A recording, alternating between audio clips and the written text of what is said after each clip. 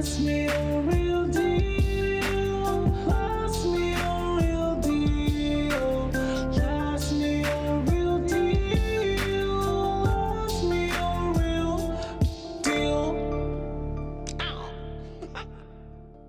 Hey guys, so tonight on Last Meal Real Deal, I'm going to be sitting down with my youngest brother and we're going to be having a conversation about Gary Gilmore and what he did. We're going to be eating his last meal today, which is like just the weirdest.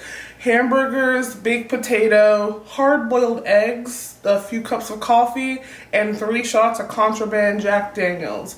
So I'm going to show you how I make burgers at the house, and we're going to take some shots and talk about murder. So let's get started.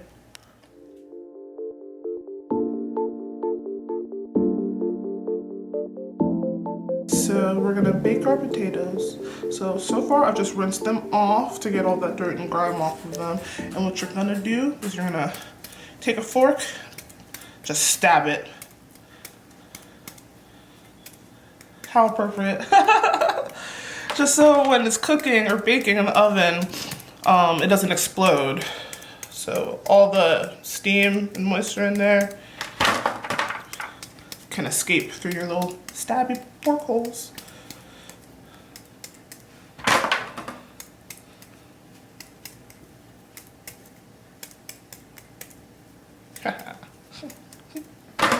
And last but not least, this little baby one. And that's that. Okay, should have got better potatoes.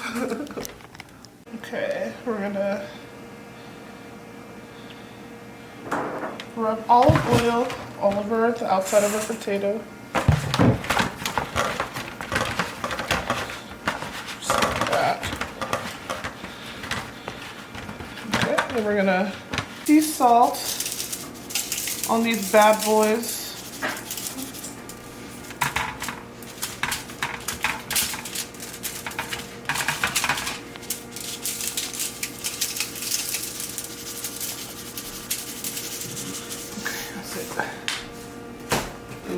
The oven hasn't preheated yet, so.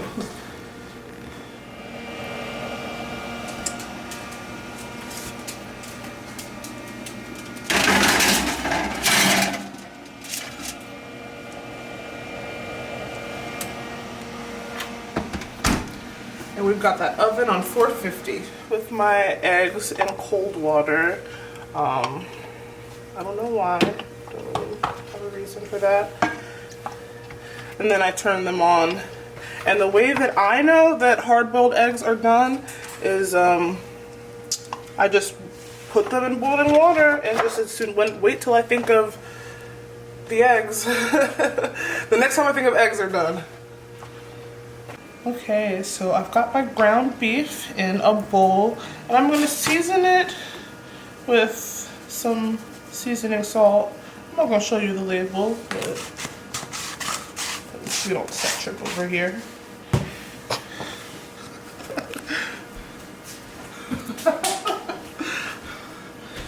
And then I'm just gonna incorporate it all in there. And then we're gonna form some patties.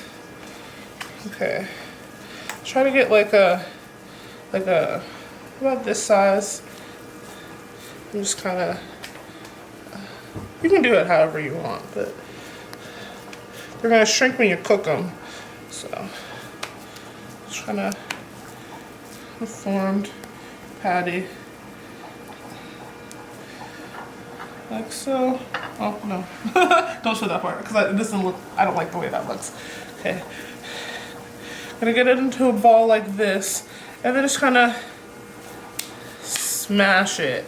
And put your thumb in the middle so it doesn't, like that. Just, you know, a little rough, homemade, handmade patty. It doesn't have to be beautiful. So, you know, you're eating it.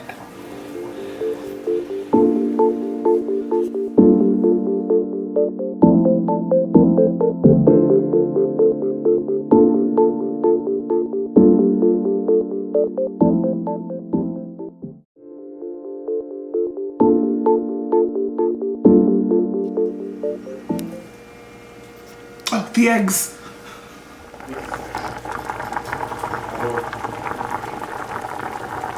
Hard-boiled eggs in ice water, because it makes it easier to peel.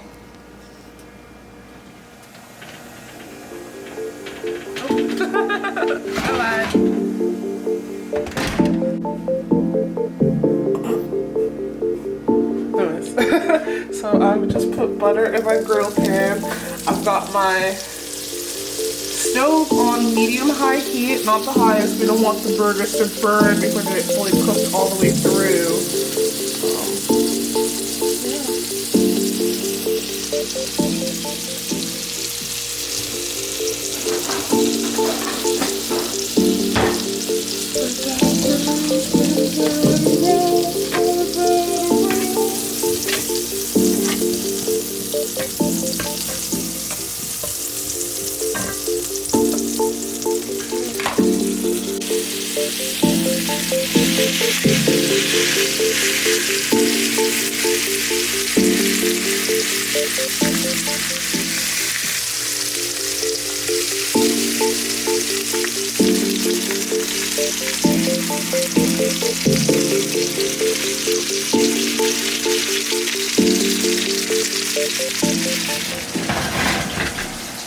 Get these potatoes out of here.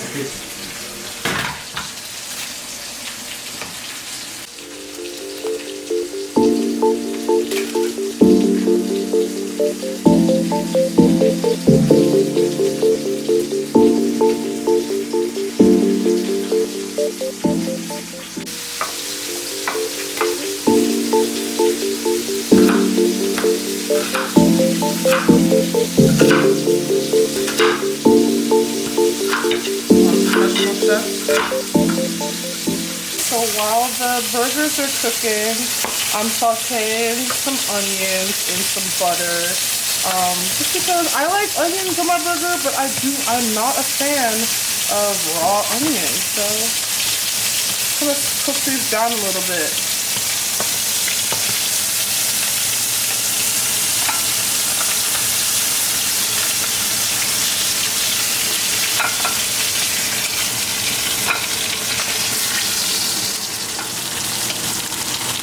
These bad boys. I'm using extra sharp cheddar because that's what I like. You do what you like. I want to see my little baby. It's fine though.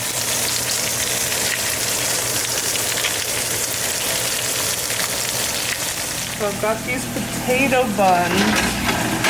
Put them in the oven for just a little bit, just so they can get a little warm before we assemble our burger.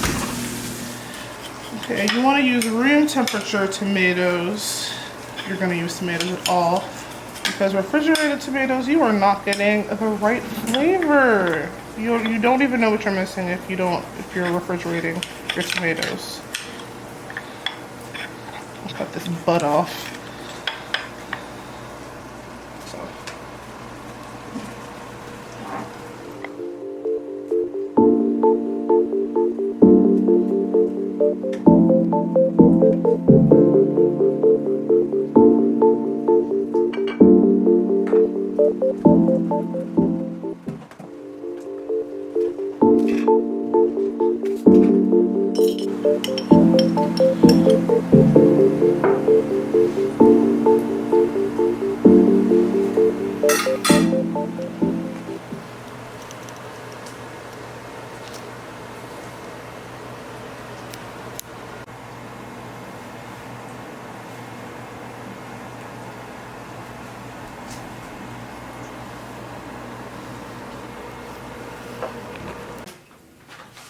Okay, so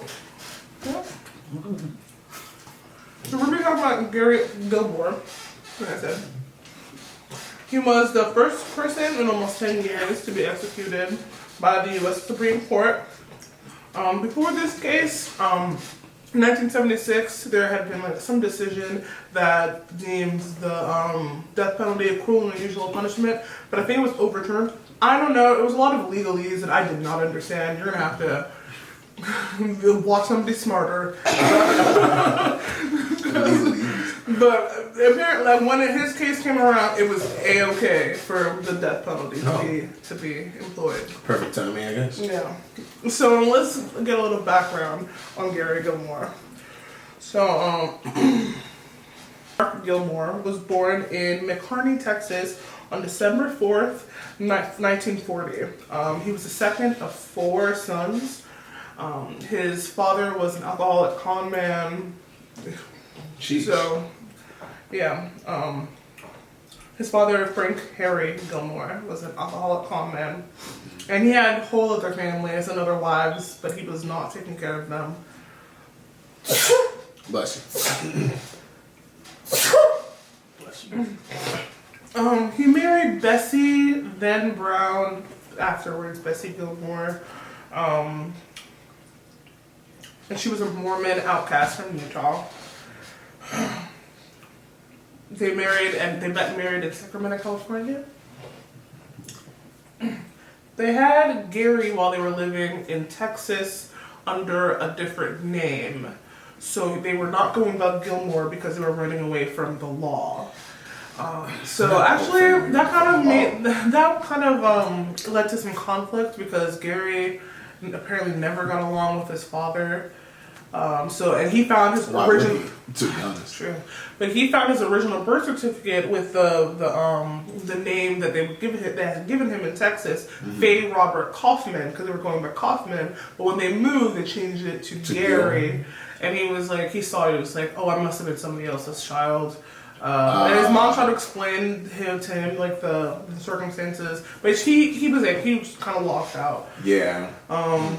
Yeah. So. How do you even explain that? All right, son. So we're running from the law. So anyways, so they moved around a lot, but they decided to ultimately settle in Portland, Oregon. And Frank Gilmore Sr., he supported the family by selling fake magazine subscriptions. That was his cool kind of hustle. So Such a weird hustle. Yeah. So they're in Portland for his teenage years and adolescence. But he, from jump, he was kind of a troubled kid. At 14, he started doing car thefts with his friends and stuff. Hold on. I feel like a lot of these criminals are car thieves. Oh yeah, that's how crime escalates. They'll start off doing little things. That's why a lot of serial killers start off killing small animals when they're kids. So if you have a kid and you just start finding the cat around the neighborhood goes missing, you got yourself a whole serial killer. Yikes. Nip it in the bud. No, I'm just kidding. Don't. No. Relax. For therapy. Yeah, no. No. Oh my god. Why did I say that? Wow. Why did I say that? Wow, that's funny to me though. Why did I say that? Nah, I think it's fine because you meant nip it in the bud, but find the cause of the problem and find a solution. Yeah. Not nip the kid itself in the bud. I guess I'll talk about it. Okay, so the whole theme of illegitimacy was kind of just throughout their whole family. Frank Gilmore Sr. never knew who his father was either, but I don't know how they came to the conclusion. Well, Bessie came to the conclusion that he was the illegitimate son of Harry Houdini, which does not make any sense. Their youngest son actually became a successful entertainment writer, and so he wrote a book, but he doesn't believe that this is true. Yeah, so okay. Anyways, weird fact. Cool. Yeah. But yeah, of course, with his father being an alcoholic, he was abusive. Yeah. But he kind of mellowed as with every child. So the oldest got it the most, and Michael, the writer, he was celebrated. He says he only got beaten a few times, and then the beating stopped because he was the youngest. But Gary got it pretty bad. Sheesh. Yeah, with razor strop, and I have to look up what a razor strop was. What's a razor It's strop? okay. So you know you get like a straight razor like shape. It's like the thing that they like sharpen the leather. Sharpen the razor. Yeah. Oh wow. Yeah. Sheesh. So and belts, of course. So yeah, not like the best like upbringing. Yeah. So yeah, he started at the age of 14, he started a small car theft ring with his friends. I thought you were about to say start a small business. No, that's what. I guess that was his business. That's what led to his first arrest. He was released to his father with a warning. Yeah. 2 weeks later, he was back for another car theft. Not 2 weeks. Oh yeah, that was just his thing. Give it a month. At least. He was sent to Oregon State Correctional Institution on another car theft charge in 1960, but then he was released later that year. So that would put him at 20. He's just Sheesh. yeah, 20. Just going in. In 1961, his father was diagnosed with lung cancer, and he died in July 1962. But Gary, while this was happening, was in jail in Portland, facing charges for driving without a license. He just kind of spent most of his time in jail. Like, actually, a guard was the one, a jail guard was the one that told Gary that his father had died. Wow. Yeah. He was devastated. Like, they had a complicated relationship. He was devastated. Yeah, they had a complicated relationship. Like, he, even though he was abusive, that was still his father, and he attempted to kill himself while still in prison. Oh wow. Yeah, but he was unsuccessful.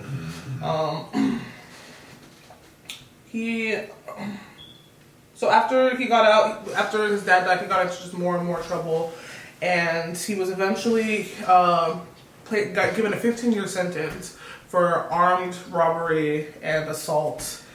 Jeez. Yeah, This guy can't stay away from he was given a prison sentence because he was a habitual offender at this point.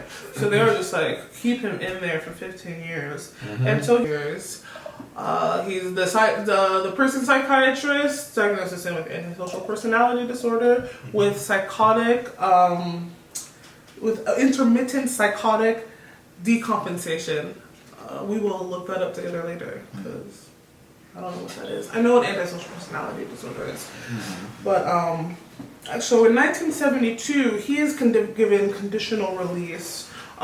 He is supposed to go to a halfway house in Eugene, Oregon, and study art at a community college. He does not register. He never registered. And then within a month after his release, he is arrested and convicted of armed robbery. Sheesh. He just, come on. yeah. Bro can't stop. Due to his violent behavior in prison, he was transferred in 1975 from Oregon to a federal prison in Marion, Illinois, maximum security facility. Where he needed to be. Facts. So he was conditionally paroled in 1976, and he went to Utah to because his mother's people are from there. He has a distant cousin who he went to go live with her, and she tried to find him work, but he soon went back to stealing, drinking and fighting. So he's 35 at this point, and he is just doing what he does. Like, he's just living his life of crime. Just life. He's got a girlfriend that is 19. And it's just a wild. When he was 35, like right now, yeah, 19. Yeah, toxic relationship, but sick. Of course, it was never gonna be like the healthiest. Right, you can't have a healthy relationship with a criminal, like a whole criminal. You really can't. You really can't. Okay.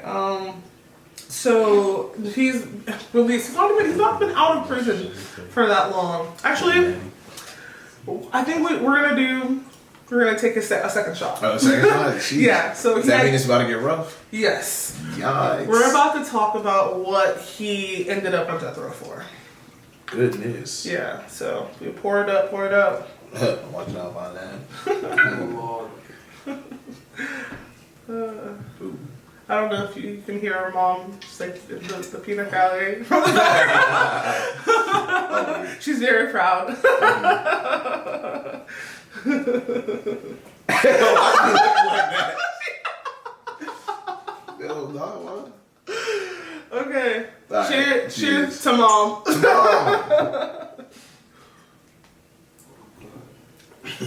Mama, ooh.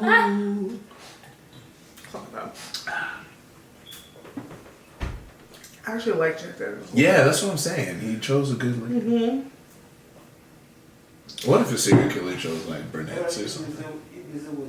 I mean, he also chose burgers, hard-boiled eggs, and baked potatoes. So it's like Yeah. he doesn't have the greatest of taste. He really to doesn't. me. But I mean, he found Jack, so I guess that makes up for it a little bit, right? I don't know if it makes up for it. Because I'm sure the burgers he made were not this good. I mean, that's true. I'm sure the potatoes are good. Yeah, it was definitely from the jail burger. And these are farm fresh eggs that I get from a coworker. Like, this is not what he had. But it's still weird. Yeah, very weird. Okay. So.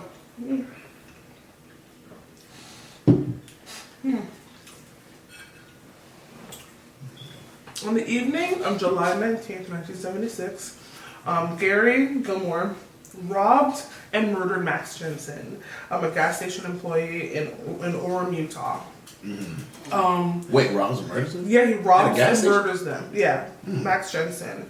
The next evening, he did the same thing to Bernie Bushnell, a motel manager in Provo, Utah. There were witnesses. Like, so he was robbing them, and even though they complied with like his wishes, they gave him what he wanted. He still murdered them. The thing is, for the second murder, he accidentally shot himself in the hand while murdering this person. So he left a trail of blood leading back to his truck where he had parked it. That's what he gets. Yeah, he left his truck at a service garage and to be repaired. Yeah, so both men were Mormons. They both left widows and children. Yeah, so for what? Like he didn't have to murder them. He had them lay down after like opening the register or whatnot and giving him what he wanted, and he still shot them. But Let's see. so the garage mechanic, he leaves a whole trail of blood leading to his truck. The garage mechanic actually sees him try and throw the gun into the bushes. And This guy's not even good. yeah, no, he's not like a smart. He's just like acting He's just out. killing. He's just killing. He sees like his hand is crudely bandaged, and he knows like so he's like, oh, this is the guy that just did this. Obviously. So he wrote down Michael Simpson, the garage guy. He wrote down his registration number and called the police. Registration plate number, called the police. Gilmore, so Gary goes back to this cousin, her name is Brenda, goes back to her house, and she turns him in. That's what he gets. He thought he was safe at, No, he calls her when he's trying to like make a getaway or he's driving, and he calls her asking for painkillers and bandages, and she immediately calls the cops and turns him in. The police, the Utah State Police, apprehend him. I don't want to say apprehend because they wrote that. The Utah police catch him as he's trying to drive out of Provo, Utah, and he gave up without like putting up too much of a fight. They got him. He was charged with both murders, but because there was no witness to the murder, the Jensen murder, he is only tried for the Bushnell murder. What? Yeah, the Jensen case was never brought to trial. Is that a thing? If a witness isn't there, then they don't. Like I said, we'll Google it, but I'm not a lawyer. No, true. I guess. I'm just a person who reads Wikipedia. Like I'm just a regular person reading Wikipedia like the rest of us. Aren't we all? I just anyways. Okay. So His trial, Gary Gilmore's trial begins in the Provo courthouse on October 5th, 1976. And it lasted 2 days. So a whole motel guest was an eyewitness. He testified that he saw Gary Gilmore have Bushnell get down on his knees and lie down on the floor and shot him. So he's like, Sheesh. Yeah, he had him lie down on the floor and he shot him. Yeah, I watched him. And he saw that, like, this guy, he wasn't even careful. Like, he wasn't. Not at all. And it just didn't even have to happen at all. And a patrolman also testified that he traced the trail of blood to Gary's truck. So it's just like, how. That's got to be the worst murderer. I'm just saying, like, well, they got you. Right, they got you. He had 2 court-appointed lawyers. They did not really do much. There wasn't much to do. I guess if you had like more, but they didn't even really cross-examine anybody. They didn't have to. Here's that. They didn't call any witnesses of their own, which is like, I don't know who they would have called. Right, exactly. Like, but I think they did about the same thing I would do, and I'm not a lawyer. So, they really weren't trying. They really were not trying, but it's just like, this guy just clearly just needs to be. Anyway, I don't know if I would have tried, and yeah, but I think I'm with the lawyers. That's your job, though. Like, you do have a right to due process. Yeah, you have the right. But, yeah, that is true. But so actually, he tries to fight this a little bit. He says that, like, well, with my diagnosis, after the trial, I should have a good case for insanity. This guy. Yeah, and they're like, no, we actually have psychologists that can prove that you knew exactly what you were doing. Got him. Yep. So he doesn't even, he withdraws his request for a new trial. Good. October 7th, the jury went back to deliberate, and then by midday, they pronounced him guilty. Nice. Later that day, they also unanimously decided on the death penalty for him, because it's just like, at this point, yeah, I mean, and so he tried. He didn't even fight it really at this point. Life in jail wouldn't even be like a thing because he spent his whole life in jail. So like, most of his life was in jail. So at this time, like at this point in Utah, there were only 2 methods of execution. Yikes! What were the 2 methods? Firing squad and hanging. No, what? So why are those the 2 methods out of all the methods? I don't know. It was just like, this is the 70s, and I'm just This is the 70s. I thought this was a good 1820 No. This Yikes. Yeah, 1976. In Utah? Mm-hmm. What y'all doing in Utah? I feel like they're doing a lot of crazy stuff in Utah. Got to be. But anyways, so he chooses. Yeah. He gets to choose. Yeah, he gets to choose. Okay, what did he choose? He chooses firing squad. I would have chose fire. I mean, I guess. He said. He said because he thought like maybe like a hanging could be messed up or botched. He said, I'd rather be shot. What? I mean, I wouldn't have friends. And then his execution was set for November 15th. Sheesh. Yeah, but so he, against his wishes, the firing squad could be botched too a little bit.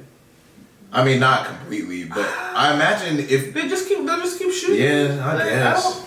I don't know how. I guess it is a squad. Yeah. Yeah. What if they just aim at his legs the whole time? Then he's just in pain. Oh, okay. Okay, so against his wishes, the ACLU kind of tries to set up a kind of a defense for him, saying that he didn't really get through the efforts of the ACLU, but against his wishes, he got several stays of execution, which means they kept pushing it back. Sheesh. The last of his occurred just hours before a rescheduled date of January 17th. But he didn't even really want them to do that. He was like, what he said specifically, he said of the efforts by the ACLU, they always want to get in on the act. I don't think they have ever really done anything effective in their lives. I would like them all, including that group of reverends and rabbis from Salt Lake City, to butt out. This is my life and this is my death. It's What? been sanctioned by the courts that I die in that, and I accept that. But during his time where he was on death row, he tried to commit suicide twice. So it's like, anyways. So on January 17th, 1977, that was his actual execution date by firing squad. Okay, in the morning of his execution, he was transported to an abandoned cannery. I don't know what a cannery is. Yeah, I was about to say, what's a cannery? Let's look that up. Is it like a brewery, but like with cans? Yeah. Oh. Yeah, it's a place where people can food. Look at that. Cool. Okay, so he was strapped to a chair with a wall of sandbags behind him. And Oh, wow. So he was looking at this firing squad. yeah, so 5 gunmen, local. Yeah, so he was strapped in a chair with a wall of sandbags behind him to catch any stray bullets. So 5 gunmen, like they were local police officers. They stood concealed behind a curtain with 5 small holes, and they aimed their rifles. And then they asked if Gary Gilmore had any last words. He said, "Let's do it." The Reverend, so there was a Reverend there. The Reverend Thomas Mearsman, he was the Roman Catholic prison chaplain. He gave Gilmore last rites. After the prison doctor checked him, he said his last words were "Dominus vobiscum," and he responded, "What do you, et conspirator tua?" Ooh, yeah, right. Duh, I should know this. Oh, man. Yeah, you should know that. Yeah, sorry. Yeah, et conspirator tua. That's Catholic. Yeah. Catholic mass, all the. And those were his final last words. Dominus vobiscum. Et tu spirito. Golly, Yikes. you went to Catholic school just like I did. Et cum spiritu tua. Et cum spirito. And it means, Dominus vobiscum is the Lord be with you. And et cum spiritu tua means and also with you. I knew that. I knew what it means. Anyways. So there's 5 of them, right? There's 5 gunmen. 4 of them have real live ammunition in their guns. 1 has a blank. So they all have plausible deniability. They don't know who has the blank. So any of them could be like the killer or not be the killer. That's how they do it. I get it. Yeah. So none of the shooters know they don't know that they themselves were the ones that dealt the final the gunshot, the final blow. Makes sense. So yeah, so that's what happens.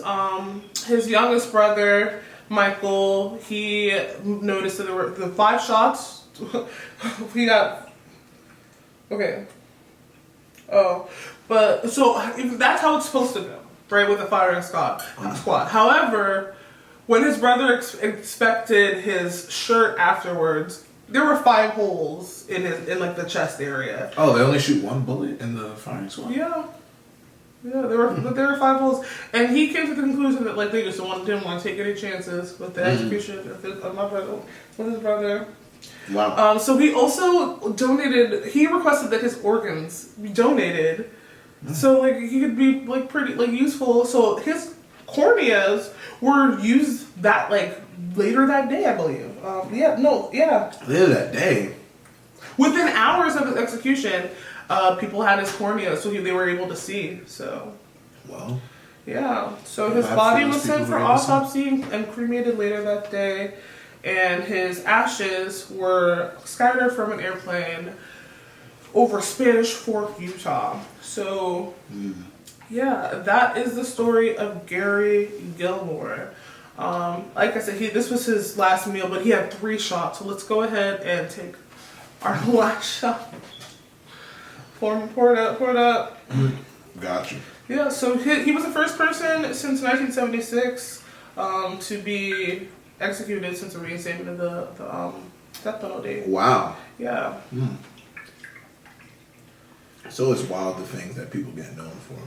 You were the first execution. Yeah. Something about that. So he just kind of went with maybe he just kind of, he didn't really fight it, because you know you can appeal and appeal and appeal, but he was just like, this is it, I did it. Yeah. I mean, there's no way he was going to get out of this one. No. Not at all. No, even if he did, he would kill again. Yeah, so he just true. wouldn't stop. So let's take a shot. Yeah.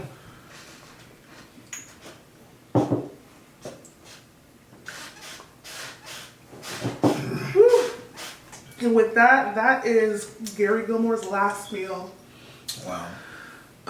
So, as you know, I like to ask everybody that comes and eats with me what their last meal would be.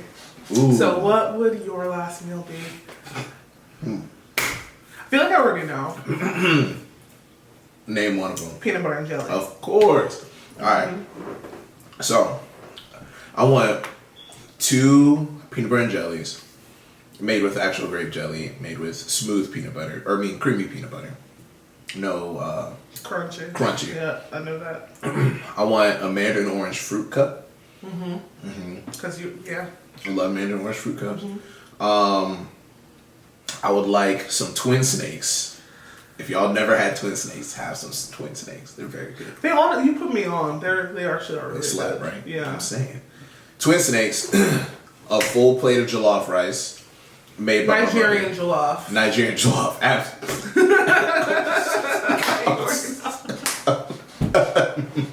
Alright. Hey! If you know, you know. Oh my god. Let me stop. But yeah, a plate of jollof rice. I want some fufu too with 3 selections of soup: anubu, agusi, and okra soup. I didn't even think of that exactly. as a possibility. Just I thought I had to pick a soup. No. That's it. I want lemonade as a drink. From where? Like what kind of lemonade? Ooh. I want fresh squeeze. Yeah, I want fresh squeeze. I don't know like a specific place, but I want fresh squeeze lemonade. I might take a couple shots of Jack. 3 shots of Tennessee honey. Tennessee honey, yeah. I don't think that it's not 1977 anymore. I don't think they'll let you do that. Dang. Well, that's the worst. Anyway, and this is a hypothetical. If you were to, this is a hypothetical. If I got to choose, not Tennessee or Jack Daniel's Tennessee honey, and you already know how I'm finishing it off. Cheesecake. Oh yeah, of course, cheesecake. Your favorite. I want an entire thing of vanilla beans cheesecake. If you committed a crime with it, like that meal would kill you. And R.I.P. That's fine. Death by cheesecake. Oh. Let it happen. All right. Well. Of course, I'm not committing any crimes. Of course. Yes. Upstairs. What look she just gave right now? I didn't even see it. That's so funny because you were literally like, you guys are so like some of the sweetest. Thank you. Yeah, I'm very proud of my brothers. We learned from you. It's true. Cheers to that. Cheers. Well, we just ate this last meal. I told you the real deal. Thanks for coming. Thanks for eating with me. Of course, it was my pleasure. All right. Check out Beza's Instagram. He has a cosplay Instagram. He is really into and he does really good cosplays. Yeah. Thank you. Talk about it a little. Yeah. So I have an Instagram. It's called Azu Cosplay. That's @ We'll link that below. Yeah, we'll link it below. But @ _AZU Cosplay. I do all types of different anime cosplays. That's all I've done so far. I might dabble into Marvel or anything like that. If you I DM love how me, excited you are. Go ahead. Yeah. If you DM me any requests of things that you want me to do, I'll probably be interested in doing that. Yeah. I also have a solid team. I have my photographer. His name's Malik Hanna. He's also our videographer. Yeah, he's also our videographer. His Instagram is Void Vision. We'll also link that below. Yeah. And then I have my graphic designer on my team currently, and his name is Nick Capano. His Instagram is PenCap Graphics. We'll also link that below. But yeah, check us out. All right, like, comment, subscribe. Thank you. Bye. Of course. Thanks, Ask me a real deal.